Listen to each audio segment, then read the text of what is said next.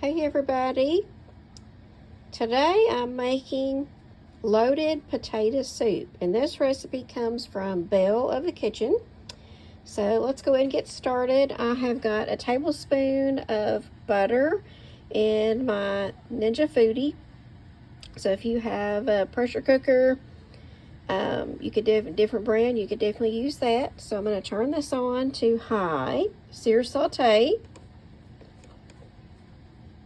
And actually, I'm going to turn the temperature down to probably about medium. And I just want my butter to melt. And then once it melts, I'm going to add in a large onion that I diced here. And I will saute it for about 3 to 4 minutes.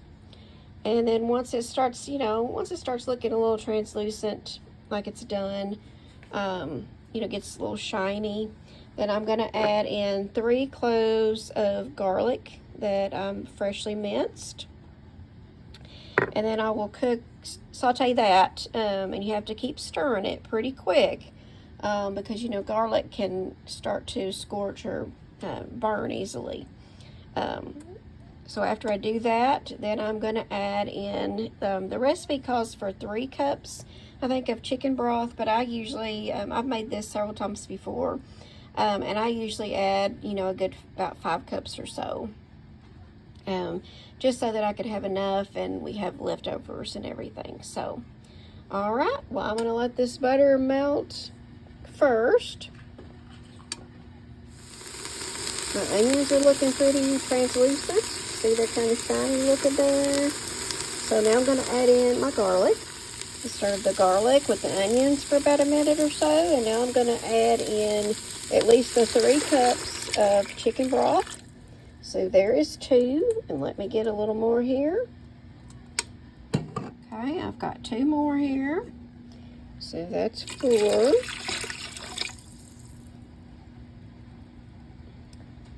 And let's see how much I've got here.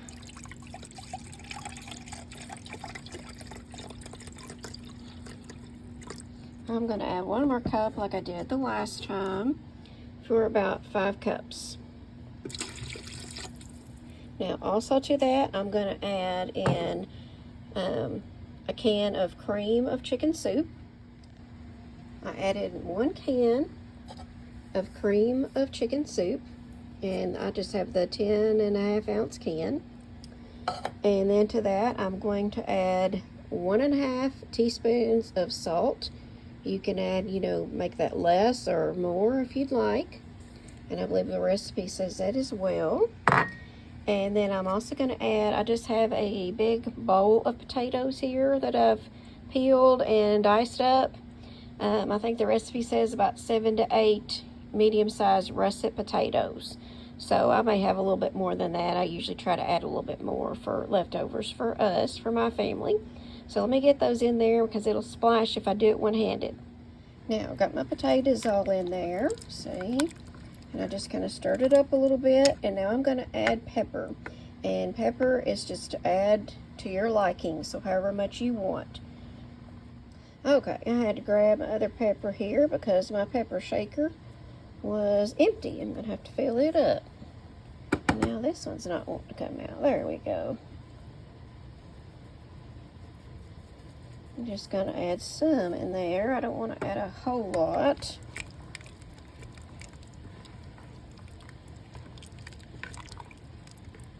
My little one asked for potato soup this week.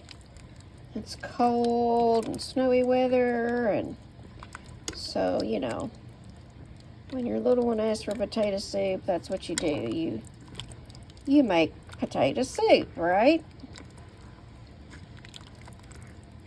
Alright, so there's some pepper in there, and I usually add more pepper afterwards too, to mine, and my husband will get more usually too, but I don't add a whole lot because this is a kid-friendly recipe. And I think since I added a little more potatoes, I'm going to add a little bit more broth also to mine. So far I've got 5 cups in here. So let me see what I've got here.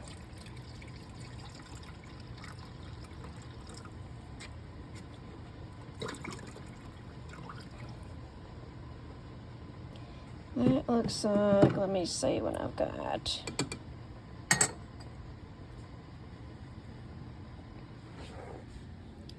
Looks like that would be making about 6.5 cups. So we're gonna see how this goes. Last time I put 5 cups in it, but I don't really measure my potatoes. I just kind of cut what I have, and what I need to use, I use. So the more the merrier.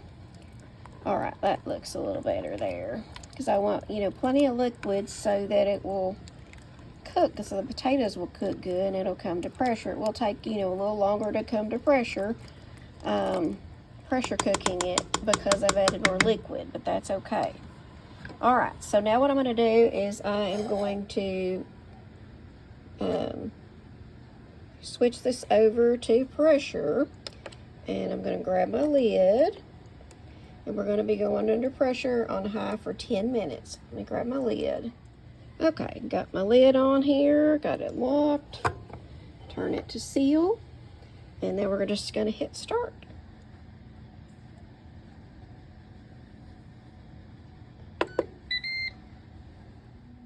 Okay, while that's cooking, while that's going under pressure, we're going to take a tablespoon of flour, and this is just all-purpose flour, not self-rising.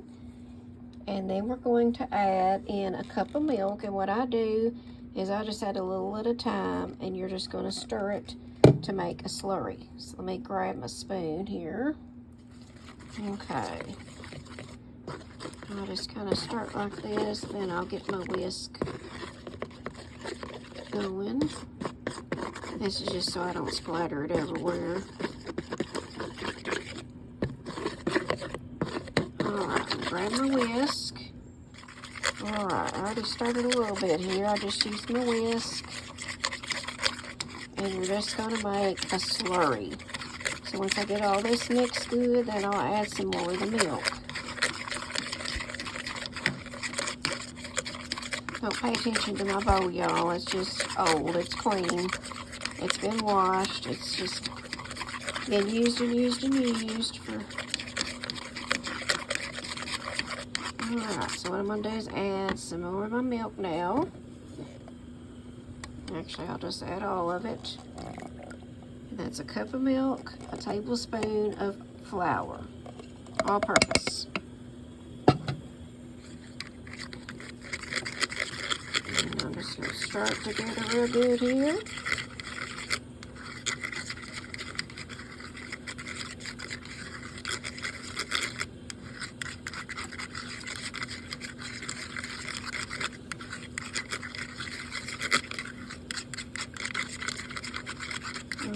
Like so, and then what I'm going to do is you're just going to let this set.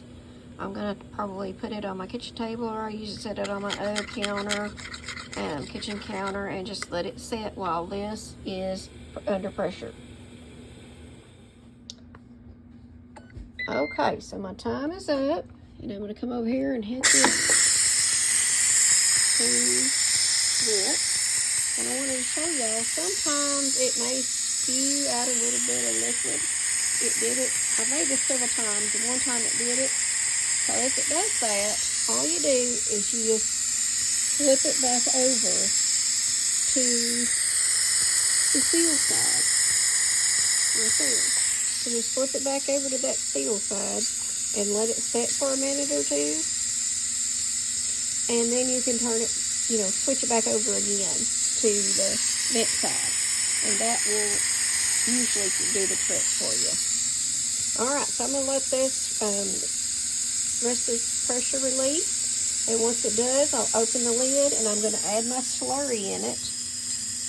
Once I add the slurry in, I'm going to turn my Ninja Foodi back on the sear saute and let it cook for just a few minutes. And basically all you're doing is letting it thicken up with the slurry from the milk and flour mixture. Okay, so the rest of the pressure was released. I took the lid off, and now I'm going to come over here to sear saute, and I'm probably going to put about medium And then I'm going to add the rest, I'm going to add this slurry in and stir it and just let it cook till it thickens a little bit. And of course, if you don't want to thicken yours up, you don't have to sit and wait. You can, you know, definitely have this consistency, or you can thicken it up, even add a little more flour. Since I added a little bit more potatoes and broth, I could easily add a little bit more of a slurry if I wanted to. But I'm going to add in 2 cups of shredded sharp cheddar cheese.